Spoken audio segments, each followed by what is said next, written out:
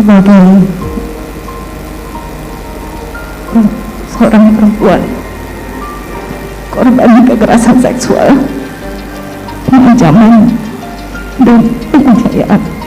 Dan jangan disimpulkan bahwa kalau korban tidak melakukan visum tidak terjadi kejahatan.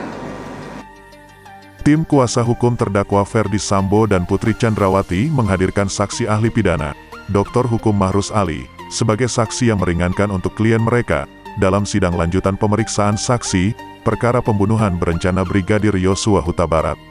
Sesuai dengan posisinya sebagai saksi yang meringankan, keterangan-keterangan yang diberikan saksi dalam menjawab pertanyaan-pertanyaan dari tim kuasa hukum Sambo dan Putri memang terindikasi dapat meringankan atau setidaknya mengurangi keterlibatan Sambo dan Putri dalam kasus pembunuhan berencana.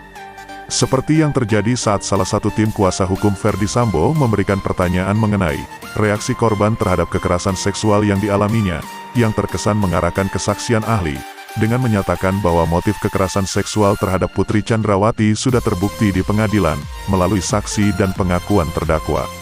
Namun tidak disebutkan adanya bukti. Sudah dibuktikan di pengadilan, baik keterangan saksi maupun keterangan nanti terdakwa di berita acara juga, motif yang terjadi pada tanggal 8 dalam hubungannya dengan kejadian peristiwa di tanggal 7. Kekerasan seksual terhadap saudara Putri Chandrawati yang dilakukan oleh J. Dan bagaimana reaksi korban terhadap peristiwa kejadian kekerasan seksual? Bisa saudara ahli jelaskan? Izin yang mulia. Di dalam kasus-kasus kekerasan seksual, dalam perspektif victimologi, pertama, itu seringkali terjadi di ruang-ruang private. Sehingga apa? Pasti minim buktinya. Satu-satunya bukti yang biasa dihadirkan oleh jaksa adalah visum.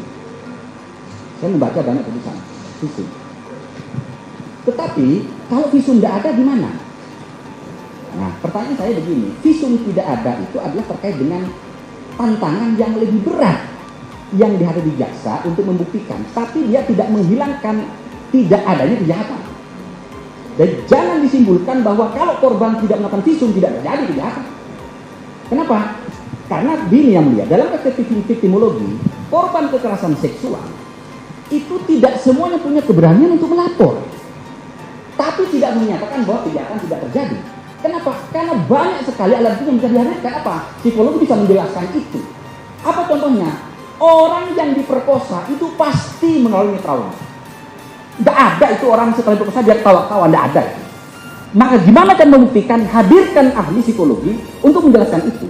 Keterangan ahli pidana yang meringankan terdakwa Putri Chandrawati, dengan menyatakan kekerasan seksual tetap dapat dibuktikan walau tanpa adanya bukti visum ini, tentu menjadi suatu pertimbangan juga bagi majelis hakim, jika terbukti bahwa benar motif dibalik penembakan Brigadir Yosua adalah kekerasan seksual.